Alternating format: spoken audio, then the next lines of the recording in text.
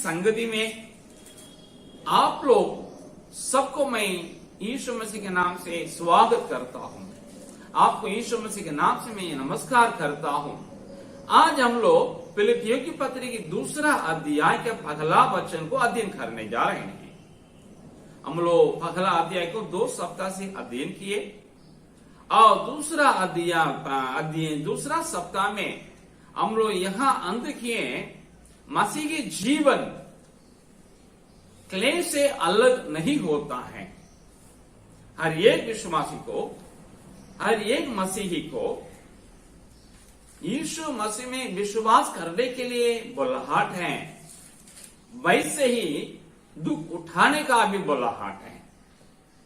वो कहता है, मैं पढ़ता हूं आपके लिए 29 वचन, फिलिपियों पहला अध्याय 29 वचन में लिखा है, क्योंकि मसीह के कारण तुम पर जय यह अनुग्रह हुआ कि ना केवल उस पर विश्वास करो पर उसके लिए दुख भी उठाओ। यीशु मसीह को विश्वास करने और साथ ही साथ उसके ऊपर रखा हुआ विश्वास के लिए दुख उठाना, दोनों हमारे लिए अनुग्रह के रूप में दिया गया है। हम लोग सोचते हैं अनुग्रह का मतलब है बीमारी से बच जाएं, विपत्ति से बच जाएं, कोरोना से बच जाएं, काला ब्लैक फंगस, व्हाइट फंगस और क्या येलो फंगस, सारे फंगस से बच जाएं और समस्याओं से बच जाएं। लोग हमें टट्टा में उड़ाने से बच जाएं, ये हम लोग सोचते हैं। तो हम लोग बहुत अनुग्रह सोचते हैं, बोलते हैं। अगर धन दौलत है, मकान है, जमीन है, बच्चे अच्छे हैं, हमारी अच्छी नौकरी है, अच्छी सैलरी मिलती है, तो सोचते हैं हमारे लिए बहुत अनुग्रह है। अनुग्रह है, उसमें कोई डाउट नहीं है, कोई संदेह नहीं है। लेकिन इससे बढ़कर अनुग्रह वो है जिनको यीशु मसीह के ऊपर रखा हुआ विश्वास के कारण क्लेश उठाना पड़ता है, दुख उठाना पड़ता है। समाज से उनका तकलीफ, परिवार वालों से तकलीफ, और पापा मम्मी के जो संपत्ति है उसको प्राप्त करने में इनकार, बोलेंगे तुम तो ईसाई बन गया है, विदेशी के पीछे चला गया है, हमारे पूर्वजों का धर्म को छोड़ दिया है, इसलिए तुम्हारे लिए हमारे जमीन में, घर मकान में कोई हिस्सा नहीं, बोलते हैं। तो ये है अनुग्रह है। बाइबल बताती है ये अनुग्रह है। ये अनुग्रह सबको नहीं मिला, लेकिन बाइबल पता सबको ये अनुग्रह दिया है, लेकिन बहुत लोग इसको अपने जीवन में अनुग्रह ये नहीं पाए। एग्जाम्पल है, हम तो मसीही जीवन से, मसीही परिवार से आए। हमें यीशु मसीह पीछे करने में मेरे घर से कोई तकलीफ नहीं हुई। हमें अपने घर छोड़ करके उत्तर भारत में आकर ये मिशनरी सेवा प्रभु की करने के लिए मेरे लिए कोई विरोध नहीं हुआ, क्योंकि मेरे पापा मम्मी वे तो मसीही विश्वासी थे, इसलिए वे स्वयं परमेश्वर मुझे अर्पण कर चुके थे। प्रभु ये आपकी सेवा के लिए है, उत्तर भारत के लाभ ले लीजिए। सो मेरे घर में हमको सपोर्ट मिला। मेरे सेक्युलर फ्रेंड्स जो हैं, सांसारिक दोस्त लोग, वे भी मेरा कोई विरोध नहीं किए, वे भी मेरा टाटा में उड़ाए नहीं। वे आज भी मुझे चाहते हैं, आओ मेरे यहाँ आओ, प्रार्थना करो, ये बोलते हैं। लेकिन कुछ लोगों को ये नहीं मिलता है। लेकिन बाइबल उनके बारे में क्या बताती है? ये अनुग्रह है आपके लिए। अगर यीशु मसीह के ऊपर आपका विश्वास रखने के कारण आपके लिए घर से बाहर निकाला गया है, या घर वाले आपको तकलीफ दे रहे हैं,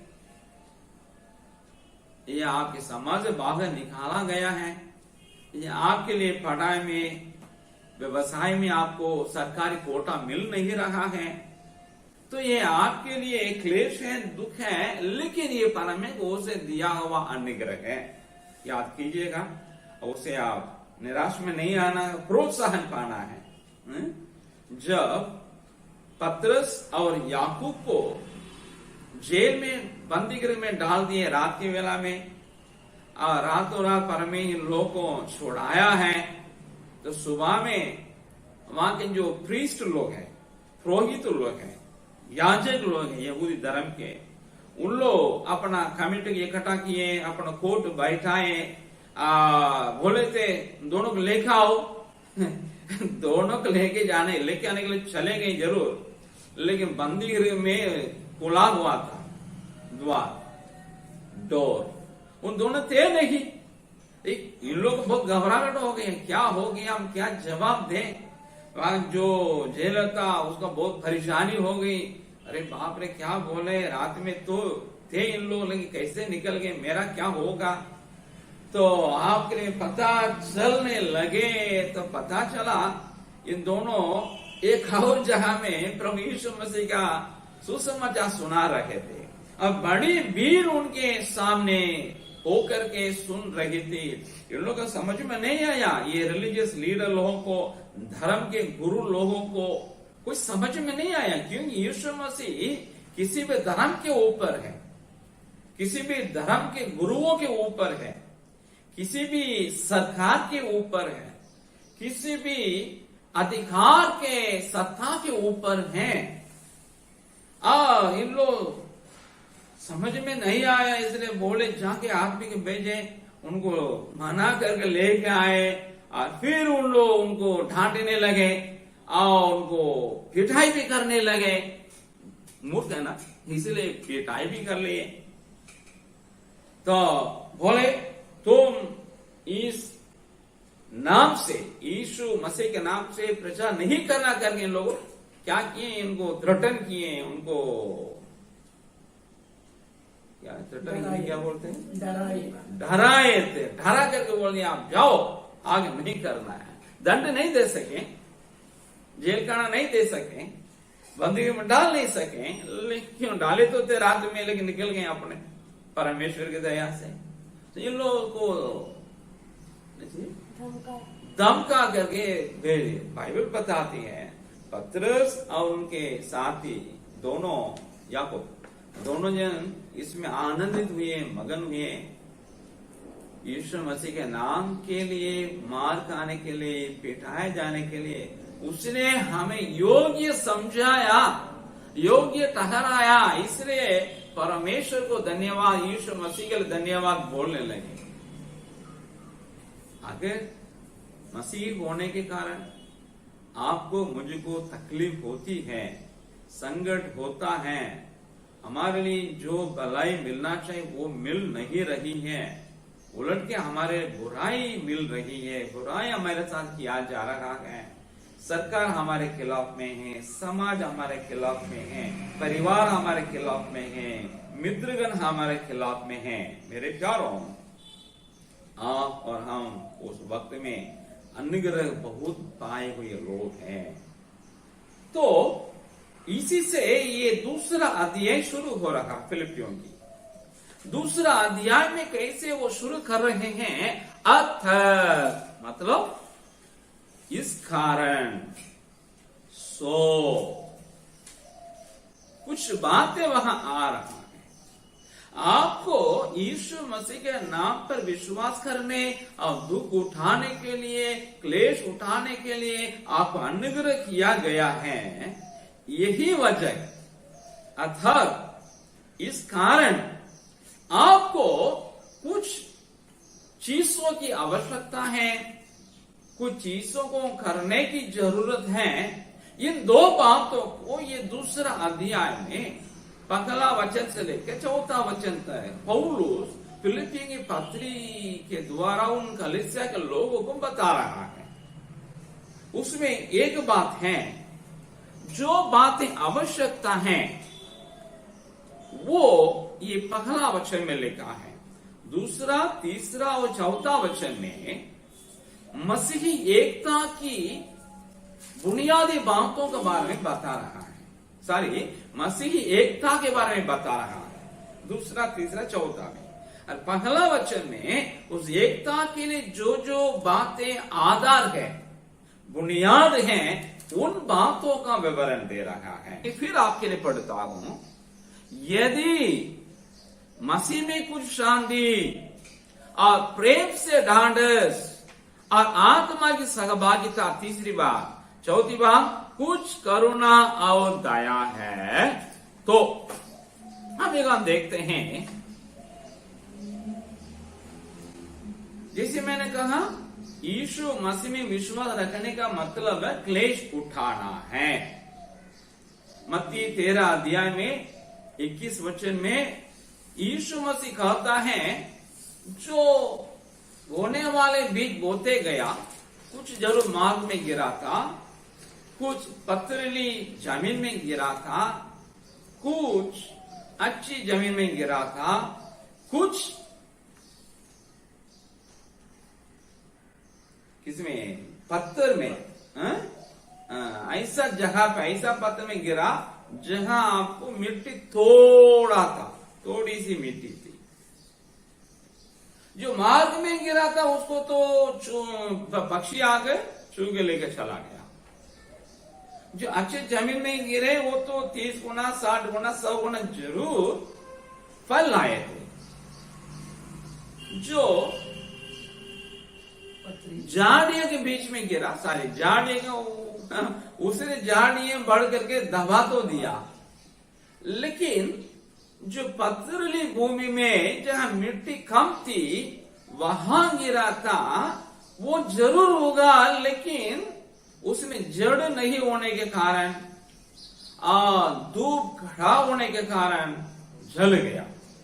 यीशु मसीह ने कहा, ये लोग ऐसे लोग हैं, जरूर उन लोग उद्धार पाएंगे, विश्वास किए हैं और प्रभु में बढ़ने के लिए आगे आ गए, लेकिन उनके जीवन जब क्लेश आया, परिवार वाले के कारण, समाज के कारण, सरकार के कारण, तब वो क्लेश भी क्या हो गए, वे स्थिर नहीं हो पाए, वे वापस चले गए, वे क्लेश सह नहीं पाए। यीशु मसीह ये नहीं कहा इसलिए आपको क्लेश नहीं मिलेगा, क्लेश हम तुमको हटा, ऐसा नहीं कहा। उसने कहा, यूहन्ना के यूहन्ना के पुस्तक 16 अध्याय 33 में कहता है, संसार में तुम्हें क्लेश है, परंतु ढांढस बांधो, मैं संसार पर जय प्राप्त किया है। अगर यीशु मसीह जय प्राप्त किया है तो आप और हम क्लेश आने से भी, क्लेश में गुजर करके जय प्राप्त कर सकते हैं, हम दुख में विजय प्राप्त कर सकते हैं। प्रेरित पौलुस भी 14 अध्याय का 22 वचन में कहता है, क्लेश उठाते हुए ही हमको परमिक राज्य में प्रवेश करना होगा। बिना क्लेश का एक भी व्यक्ति परमिक राज्य में पहुंच नहीं सकते हैं। इब्रानियों 2 अध्याय 10 वचन में इब्रानियों के लेखक कहते हैं, यीशु मसीह के लिए भी दुख उठाना अवश्य था, वो भी उसमें से बच नहीं पाए। मतलब यीशु मसीह तो त्रिएक परमेश्वर के दूसरा व्यक्ति हैं, वो पुत्र परमेश्वर हैं, वो मानव रूप में जब चले आया उसमें कोई पाप नहीं रहा, वो निष्पाप रहा। उनका जन्म है निष्पाप में हुआ, आदमी का संतान नहीं बने, स्त्री का वंश बन करके यीशु मसीह ने जन्म लिया। उनके देह उसके लिए तैयार किया गया करके इब्रानियों 10 अध्याय में हम लोग पढ़ते हैं।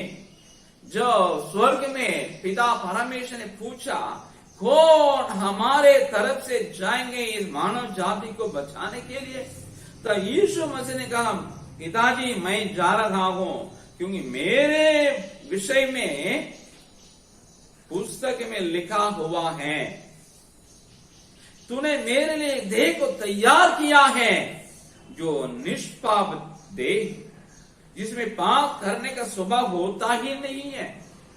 पौलुस कहता है, आप और हम पाप के नीचे बिके हुए लोग हैं, हम लोग पाप के दास है। शारीरिक तौर से देखा जाए हम अच्छा काम करने के लिए दिल से चाहते हैं, लेकिन हमारे शरीर निर्बल होने के कारण जो नहीं चाहते हैं उसी को कर लेते हैं, जो चाहते हैं उसको कर नहीं पाते हैं। क्योंकि हम लोग विशेष देह से बनाए हुए लोग, हम आदम के संतान है, प्रथम आदम के संतान है। लेकिन यीशु मसीह ऐसा नहीं था, उनके लिए स्पेशल बॉडी तैयार किया गया है जिसमें पाप को स्वभाव ही नहीं था। उनका जन्म ही कुंवारी के द्वारा हुआ था। लेकिन बाइबल बताती है उनको भी गरीब घर में जन्म हो करके, पापा मम्मी के आदि में रह करके, भाइयों बहनों के साथ रह करके काम करना पड़ा, दुख उठाना पड़ा। इस उम्र में यीशु मसीह जब सेवा को शुरू किए, 3.5 साल में यीशु मसीह को दुख से भरा हुआ ही सेवा खाई थी। आखिर में उनको अपराधी के नाई उन लोगों को क्रूस में चढ़ा करके उनको मार डाल दिए। एक अपराधी का जो दंड था उसे इस निरपराधी को दिया गया है, कारण आप और हम अपराध के दंड से छूट जाएं, हम जो अपराधी हैं निरपराधी हो जाएं उसके परमेश्वर की दृष्टि में। तो हम यहां देख रहे हैं, अगर यीशु मसीह को क्लेश में गुजर के जाना जरूरी थी, उससे वो भी जो पहले से सिद्ध थे इसी के द्वारा सिद्ध बनाना आवश्यकता पड़ी। और ये पिता परमेश्वर के लिए अच्छा लगा। तो मेरे प्यारों, आप और हम जो मानव हैं, जो पापमय शरीर में वास करते हैं, हमें भी क्लेश उठाना बहुत जरूरी है, क्लेश उठाना अवश्य है, ताकि हम इसके द्वारा सिद्ध बन जाएं और हम परमेश्वर राज्य में पहुंच जाएं। तो हमारे कुछ बातें परमेश्वर देता है। कैसे देता है हम यहां देखते हैं। शादी कई प्रकार की शादी है। सिनेमा जाने वाले से पूछिएगा, वो बोलते हैं हमको वहां कुछ देर शांति मिलती है, लेकिन लौट के आने के बाद 2-3 घंटा के बाद वो शांति चली जाती है। दारू पीने वाले को देखिएगा, क्यों दारू पीते को पूछिएगा, वो बताए हमको शांति इसमें मिलती है। पैसा कमाने वाले से पूछिएगा, आज क्यों इतना समय इसमें बिताते हैं, और बोलेंगे हमको पैसा मिलने में शांति मिलती है। तो दुनिया में कई प्रकार की शांति है, लेकिन यहां जो मसीह में जो कुछ शांति करके प्रेरित पौलुस कहते हैं, वो शांति नहीं है जो सिनेमा के द्वारा, दारू के द्वारा, पदवी के द्वारा, पैसे के जरिए मिलती है। वो शांति नहीं है। वो शांति जब तक वो रहेगा तब तक ही रहेगा, वो स्थायी शांति नहीं है। सिनेमा देखने वाले को शांति उतना ही दे रहेगी। दारू पीने वाले की शांति जब तक नशा रहेगी तब तक रहेगा। पैसा की शांति, पैसे जब छीना जाते हैं उसके बाद वो शांति नहीं रहेगी। लेकिन मसीह में जो शांति है वो स्थायी शांति। पैसा नहीं होने के बावजूद भी, दुख के बीच में भी, संकट में भी, तसल्ली में भी, हार में भी, जय में भी वो शांति बनी रहती है। उसे यीशु मसीह देते हैं। यीशु मसीह कहता है, मैं अपनी शांति तुम्हें दिए जाता हूं, जैसा संसार देती है वैसे मैं नहीं देता हूं, मैं अपनी शांति तुम्हें देता हूं। सचमुच में एक शांति है जो स्थायी, वो यीशु मसीह दे सकता है, यीशु मसीह देता है, और वो यीशु मसीह में हो जाने वाले लोगों के लिए मिलती है। मसीह में, इसका मतलब क्या है इस शब्द के लिए? मसीह में हो जाना मतलब अपने पापों को यीशु मसीह के समक्ष अंगीकार करना, मान लेना, मान के पापों की क्षमा उनसे मांगना, और वो हमको क्षमा देते हैं, उसे प्राप्त करना, इसी को बोलते हैं उद्धार का अनुभव है। ये उद्धार का अनुभव ईसाई धर्म में चले आने से मिलता ही नहीं है। ये उद्धार का अनुभव ये क्रिश्चियन परिवार में जन्म होने से मिलता ही नहीं है। मैं भी तो एक क्रिश्चियन था बाय बर्थ, लेकिन बाय फेथ नहीं। मेरा जन्म हुआ मसीही परिवार में, मेरे पढ़ाई हुई मसीही विद्यालय में, क्लास 1 से लेकर के इंटर पूरा होने समय तक मैं क्रिश्चियन स्कूल में ही पढ़ा था, लेकिन उससे हमको उद्धार का अनुभव नहीं आया, उससे मुझे शांति नहीं मिली।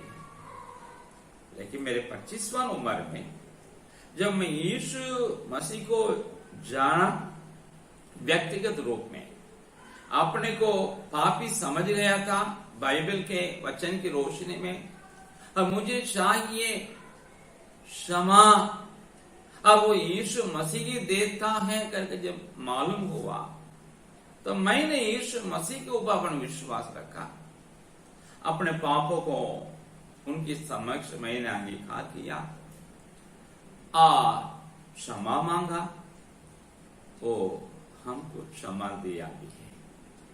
ये उद्धार का अनुभव है।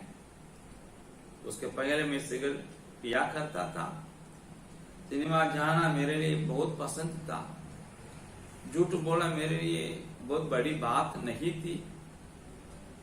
लेकिन इस अनुभव के बाद जिस दिन 13 अप्रैल 1990 में शाम को लगभग 5-6 बजे के समय में जब पहली बार यीशु मसीह अपने पापों को उनके समक्ष अंगीकार किया, मेरे पापों के लिए क्षमा मांगा, उनके क्रूस की मृत्यु के द्वारा हमको क्षमा मिलती है। मैंने उस क्रूस की मृत्यु और यीशु मसीह के पुनरुत्थान में विश्वास करके जो आज भी जीवित हैं उनसे मैं क्षमा मांगा, उन्होंने दिया। उसके बाद अगला दिन मैं ना सिगरेट पी पाया, मेरे दोस्त ने दिया, लेकिन मैं ना खगने के मुझे ताकत मिल गई थी। झूठ बोलना अभी मेरे लिए पाप समझ में आया, मैं बोल नहीं पाया। अभी सिनेमा के लिए मेरे दोस्तों ने बुलाए, लेकिन मैं जाने के लिए नहीं, ना खग दिया, अभी मैं आ नहीं सकता। ये है उद्धार का अनुभव। उसके बाद मैं बाइबल पढ़ने लगा, प्रार्थना करने लगा, मेरे और यीशु मसीह के बीच में एक व्यक्तिगत रिश्ता उत्पन्न हो गई है। ये व्यक्तिगत घनिष्ठ रिश्ता होने के कारण जैसे दो दोस्तों के बीच में होती हैं, वैसे हमारे और प्रभु यीशु मसीह के बीच में होने के कारण मेरे मन में शांति आई है।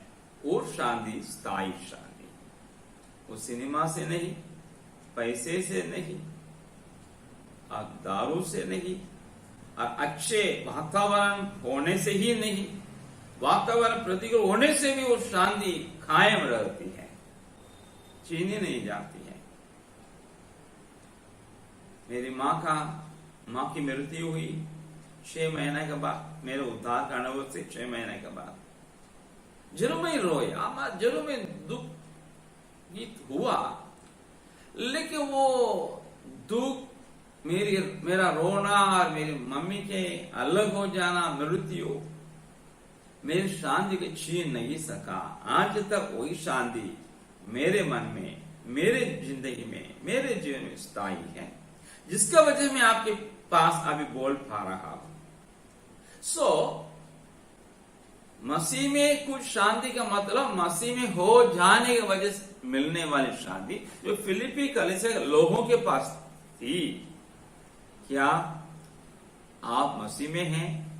या मसीह परिवार में आप जन्म हुए हैं? क्या मसीह के साथ आपके व्यक्तिगत व्यक्तिगत अनुभव, व्यक्तिगत रिश्ता और घनिष्ठ रिश्ता है, या आप इस ईसाई धर्म में आए हुए हैं?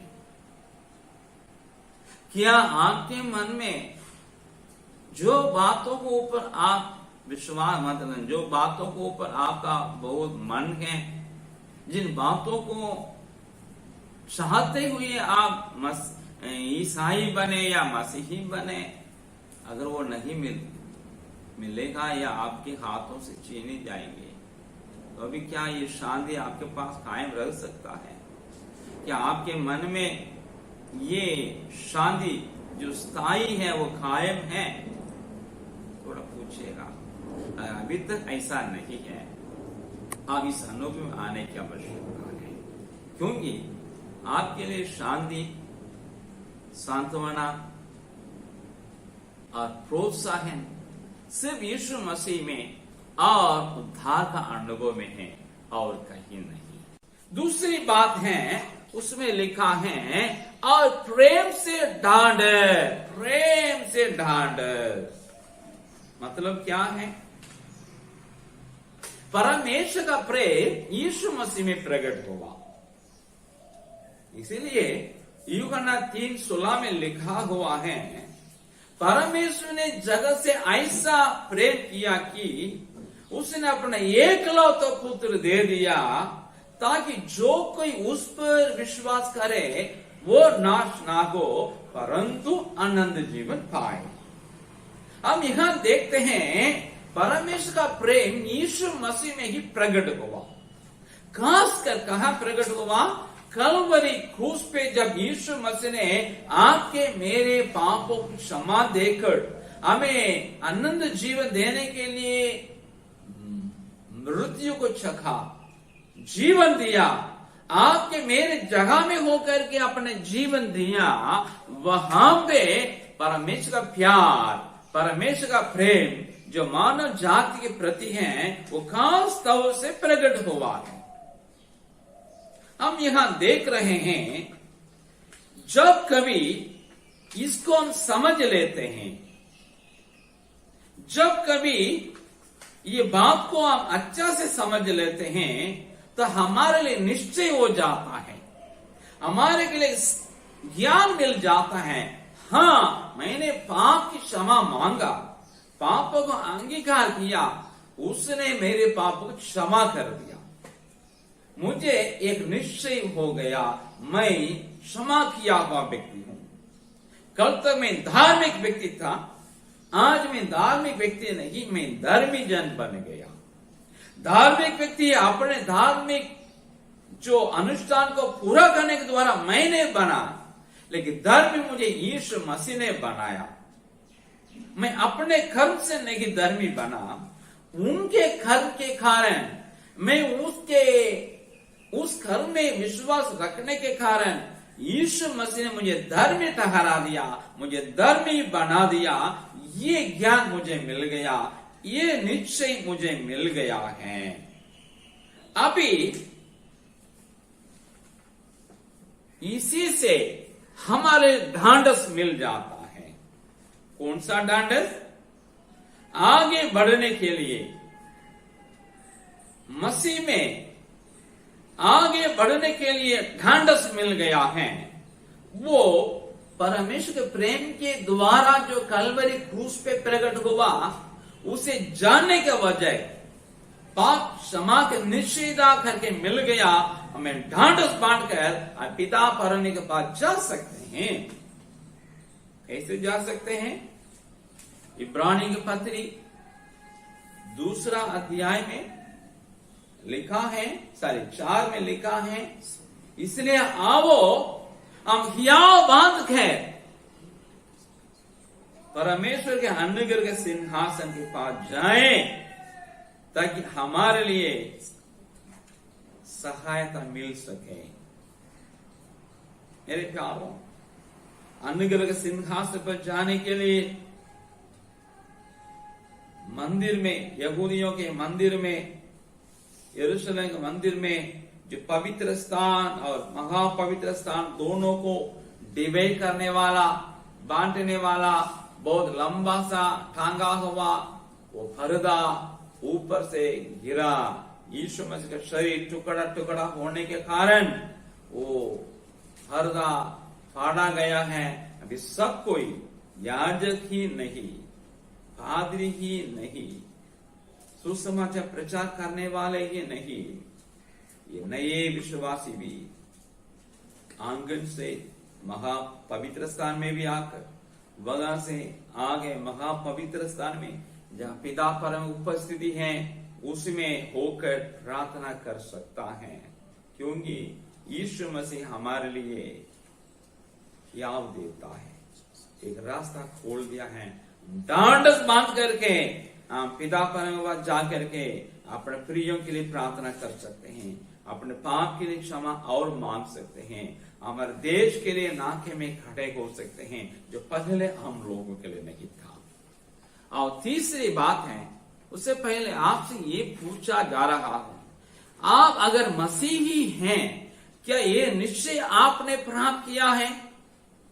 अगर आप मसीही हैं, कि आपको ये ज्ञान मिल गया यीशु मसीह के क्रूस की मृत्यु के द्वारा, आप जब पाप की क्षमा मांगे आपके लिए मुक्ति मिल गई है। अगर आप अभी तक उद्धार नहीं पाए हैं, अगर अभी तक आपको ये ज्ञान नहीं मिला, आज पापों को यीशु मसीह के सामने अंगीकार कीजिए, उद्धार मुक्ति के पाइएगा। साथ ही साथ आप निश्चयता को प्राप्त करके जो पिता परम प्रेम के द्वारा यीशु मसीह में प्रकट हुआ है, आगे बढ़ने के लिए ढांढस पाइएगा। तीसरी बात को हम देखते हैं, और आत्मा की सहभागिता, आत्मा की सहभागिता।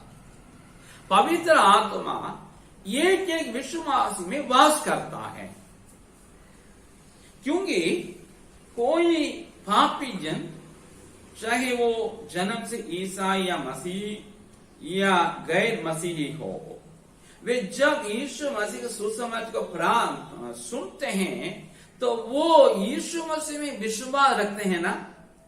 ये विश्वास पवित्र आत्मा ही उनमें लाता है।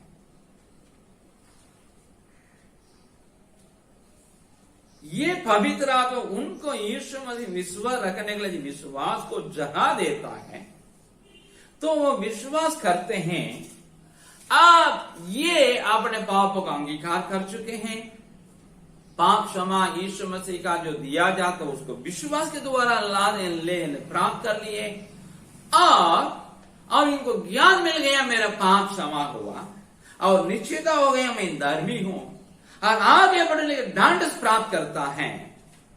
तो ये काम करता है, कल तक चर्च नहीं आता था, कल तक बाइबल नहीं पढ़ता था, कल तक प्रार्थना नहीं करता था, कल तक मसीह लोगों का विरोध करता था, कल तक मसीह लोगों का धर्माना करने वाला करके झूठा आरोप बोलता था, वो आज विश्वासी बन गया।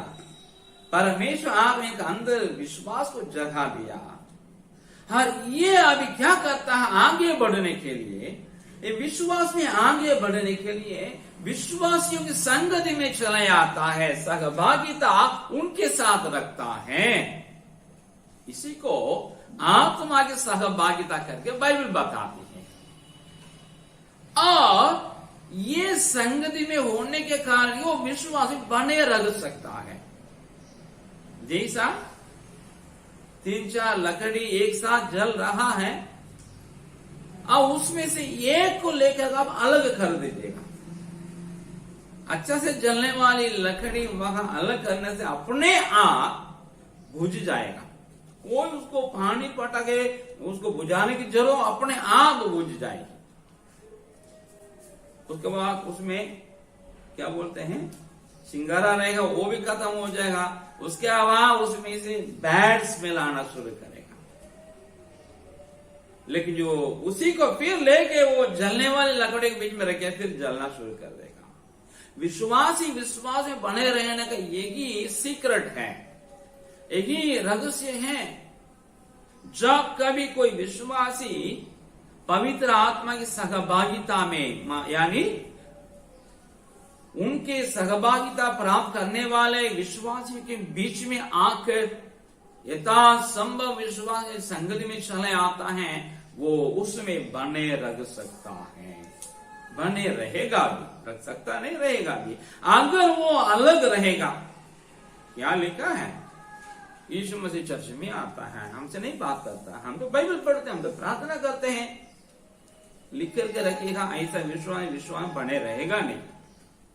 वो धीरे धीरे क्या हो जाएगा, अपने को पर में अलग करके विश्वास में बूझ जाएगा, तो विश्वास रहेगा ही नहीं। प्यारों, आप रविवार की सर्विस में आते हैं, संडे sermon सुनने के लिए सहभागिता में आते हैं, अपने को पूछेगा, अगर आते कितना मिनट लेट से आते हैं, लॉकडाउन में चर्च तो घर में आ गया है, फिर भी हम 5 मिनट लेट आएंगे, 10 मिनट लेट आएंगे, पूछ रहे हैं 1000 बहाना बताया, भैया ऐसा होगा, आपको क्या पता होगा, हमें कोई पता नहीं, आप ही कोई पता रहेगा, ये भी होगा, आप मुझे भी जाएंगे, याद रखिएगा, मैं श्राप नहीं बताता हूं, बाइबल की जो वास्तविक बात को बताता हूं। बुधवार को आते हैं, नहीं भाई हमको बहुत काम है, क्या पहली शताब्दी के मसीह लोगों का काम नहीं था, वो तो रोज न आया करते थे, लेकिन आप इतना व्यस्त हो गए, आपके लिए आपकी पेशा आपके लिए आगे हो गया, आपके दोस्त लोग आपके लिए खत्म हो गए, यही वजह है आप बुधवार के संगति में नहीं आते हैं बाइबल की बात सुनने के लिए, दूसरे के लिए प्रार्थना करने के लिए शुक्रवार की प्रार्थना में नहीं आ पाते हैं। आप ऐसा नहीं आने के कारण बच्चों को भी शुक्र संडे क्लास में भेजने के लिए आप उसको गंभीर नहीं लेते हैं। चलो ना यारो, आप जितना सहभागिता रखते हैं विश्वास के साथ, बुधवार में, शुक्रवार में, रविवार में, शनिवार में, यथासंभव रोज आप विश्वास में बने रहेंगे, नहीं तो आपके लिए कोई दूसरा उपाय विश्वास में बने रहने का नहीं है। चौथी बात है, हम देख रहे हैं उसमें लिखा है, और कुछ करुणा और दया है। मसीह लोग ये दूसरे के प्रति कैसा रहना है, ध्यान रखना है। कौन सा ध्यान? वो प्रो में आगे बढ़ता है, वो चर्च जाता है, बार बार जाता, हम नहीं जाते हैं, कैसे उसको बुधवार जाने से हम रोक सकेंगे? पास्टर के घर ये जाता है, ये तो बहुत नजदीक हो जाते हैं पास्टर का, इसको कैसे हम रोकेंगे? तो कौन, हम दोनों जाए, क्यों जाए? हम भी पादरी हैं, हम भी तो प्रचार करते हैं, हम भी पादरी हैं, ऐसा बोलेंगे, ऐसा ध्यान रखेंगे? नहीं, ध्यान ऐसा रखना है, कौन कमजोर है, जहां कमजोर है वहां जब उनको मजबूत करेंगे, ये ध्यान तीव्र रूप में हमको रखना है, हर एक विश्वासी को रखना है, दूसरों का ध्यान रखना है। क्योंकि बाइबल क्या बताती है, पतरस कहते हैं, तुम अपनी सारी चिंताएं उसी पर डाल दो, क्योंकि उसको तुम्हारा ध्यान है। अगर हम मसीह के पीछे जाने वाले मसीही हैं, मुझे अपने संग विश्वासी के प्रति ध्यान रखना बहुत जरूरी है, नहीं तो मैं मसीह के नहीं हूं। मसीह का मतलब क्या है? जो मसीह को पीछा करता वही मसीही, जो उनके पीछा नहीं करता, उनके पीछे हो लेता नहीं है, खाली धर्म के लिए आता, कुछ समस्या के समाधान के लिए आता है, कुछ भलाई के लिए चर्च आता, वो मसीही नहीं है, वो ध्यान नहीं रखता। वो किसका ध्यान रखेगा? अपना ध्यान रखेगा। मुझे कैसा पैसा मिलेगा, मुझे कैसे विदेश जाने का मौका मिलेगा, मुझे कैसे पादरी बनने का मौका मिलेगा, ये सब लोग अपना ध्यान बाइबल बताती है, नहीं आप दूसरे विश्वासी के प्रति तीव्र ध्यान रखें, क्योंकि आप मसीही हैं। और दया का मतलब क्या है? सहानुभूति। अगर किसी को तकलीफ हो गया, मुझे उनके स्थान पर रह करके उनके लिए सहानुभूति करना है। बेचारे कितना तकलीफ उठाया है, ये बोलना नहीं, वो जहां में हो करके हम उसको सहेंगे, समझ लेंगे, तब उनकी ना मदद कर सकते हैं, तब तो मदद नहीं कर सकते हैं। बेचारे बोलने वाला तो दुनिया में बहुत लोग हैं, जो मसीह नहीं तो वो तो बहुत बोलते हैं, लेकिन हम भी वैसे ही बोलेंगे तो हम मसीही नहीं, हम अपने को उसी जगह पे रखेंगे। इसी को अंग्रेजी में बोलते हैं एम्पैथी। सिंपैथी तो आप जानते हैं, अपने माना दूसरों को दयालु बनाना है, लेकिन अपने दयालु बनना मतलब दूसरे के जगह में होकर के देखना है, ये एम्पैथी बोलते हैं। इसी को सहानुभूति बोलते हैं। एक विश्वासी दूसरे विश्वास के प्रति सहानुभूति रखें और तीव्र ध्यान भी रखें। इन लोग अभी बोल रहा है आपसे मैं भी पूछ रहा हूं, क्या आप अपने सगे विश्वास के प्रति सहानुभूति रखते हैं? क्या अपने सगे विश्वास के प्रति आप ध्यान तीव्र रूप में रखते हैं? अगर अभी तक नहीं रखे हैं, संघी विश्वासी और मसीह विश्वासियों को मैं ये कहता हूं, कृपया इस अनुभव में चले आए। यहां पे हम देखते हैं 4 बातों को। एक है वो कहता है शांति, दूसरा ढांढस, तीसरा सहभागिता, चौथा करुणा और दया। प्रेरित पौलुस फिलिप्पी के लोगों को पूछता है, अतः यदि परमेश्वर में कुछ शांति और प्रेम से डाढ़े और आत्मा की सहभागिता और कुछ करुणा और दया है, इसका मतलब उनका इनमें ये है कि नहीं, ये डाउट नहीं आया। मेरे फिलिपियों की कलीसिया की, मेरे फिलिपी कलीसिया के लोगों, आप में मसीह में होने के कारण कुछ शांति है, आप में पवित्र आत्मा होने के कारण आप पिता परमेश्वर के प्रेम को यीशु मसीह क्रूस की मृत्यु के द्वारा जानने के कारण आगे बढ़ने के लिए आपको ढांढस मिल गया है। आपको अंदर आत्मा, पवित्र आत्मा रहने के वजह आप उसके साथ और आपस में विश्वास को सहभागिता रखते हैं और आप में जरूर एक दूसरे के प्रति दया भी है और करुणा भी है। ये बोलता है ये सब आप में है फिलिप्पी की कलीसिया के लोगों, यही कारण। इस वजह आपको क्या करना होगा, मैं अगले सप्ताह बताऊंगा क्या करना होगा। इस वक्त में हम अपने को पूछेंगे, क्या मुझ में यीशु मसीह होने के कारण शांति मिल गई है? क्या मुझ में परमेश्वर प्रेम को, यीशु मसीह के कलवरी क्रूस को जानने के द्वारा ढांढस मिल गया है, निश्चयता मिल गया है? क्या मैं विश्वास को संगति में और परमेश्वर संगति में सहभागिता रखते हैं, आते हैं विश्वास में बने रहने के लिए? क्या मैं अपने सगे विश्वासियों के प्रति दया और करुणा दिखाते हैं? क्या उनके प्रति मैं ध्यान तीव्र रूप में रखते हैं? क्या उनके लिए मैं सहानुभूति रखता हूं? ये पूछें।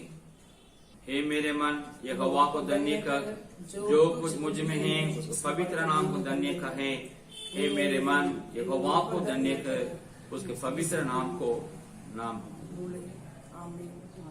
पिता परमेश्वर का प्रेम, प्रभु यीशु मसीह का अनुग्रह, पवित्र आत्मा सौभाग्य संगति आप सबके साथ, ये प्रवचन को सुनने हुए हर एक जन के साथ यीशु मसीह के पुनरागमन तक फिलिप्पी कलीसिया लोगों के नए आगे बढ़ने के लिए आपके साथ रहने पाए। आमीन।